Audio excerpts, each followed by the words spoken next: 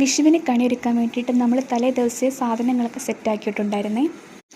കണിക്കൊന്ന, പറങ്കാപ്പഴം, ചക്ക അങ്ങനെയുള്ള ഐറ്റംസൊക്കെ അമ്മയാണെങ്കിൽ നേരത്തെ സെറ്റാക്കി ഉള്ളതുകൊണ്ട് വയ്ക്കാമെന്നൊക്കെ വെച്ചിട്ട്, പിന്നെ രാത്രി വന്നപ്പോഴാണെങ്കിൽ അച്ഛനാണെങ്കിൽ ഒരു വിഷു കിറ്റ് വാങ്ങിച്ചുകൊണ്ട് വന്നായിരുന്നു. അതിൽ അത്യാവശ്യം സാധനങ്ങളൊക്കെ ഉണ്ടായിരുന്നു കേട്ടോ. ഏതാണ്ട് 200 രൂപയ്ക്ക് താഴെ ഉള്ളായിരുന്നു. പിന്നെ പഴം വാങ്ങിക്കാൻ വിട്ടുപോയായിരുന്നു. പിന്നെ ഏതാണ്ട് രാത്രി ഒരു 11 മണിയൊക്കെ ആയപ്പോഴാണ് ഞാനിത് സെറ്റാക്കിയത്. അത് കഴിഞ്ഞ് ഫുഡ് കഴിച്ച് ഞാൻ കിടന്ന്. പിന്നെ രാവിലെ അമ്മ കുളിച്ചൊരുങ്ങി വിളക്കെല്ലാം കത്തിച്ച് വന്ന് വിളിച്ച്. മലർമാതിൻ കാന്തൻ വസുദേവാത്മജൻ പുലർക്കാലേ പാടി കുഴലൂതി ചിലുചീലേ ഇന്നും കിളുങ്ങും കാഞ്ചന ചിലമ്പിട്ടോടിവ കണി കാണ. പിന്നെ രാവിലെ ഞാനും അമ്മയും അപ്പുറത്ത് ആൻറ്റിയും കൂടെ ഇവിടെ അടുത്ത അമ്പലത്തിൽ പോയി തൊഴുതായിരുന്നു.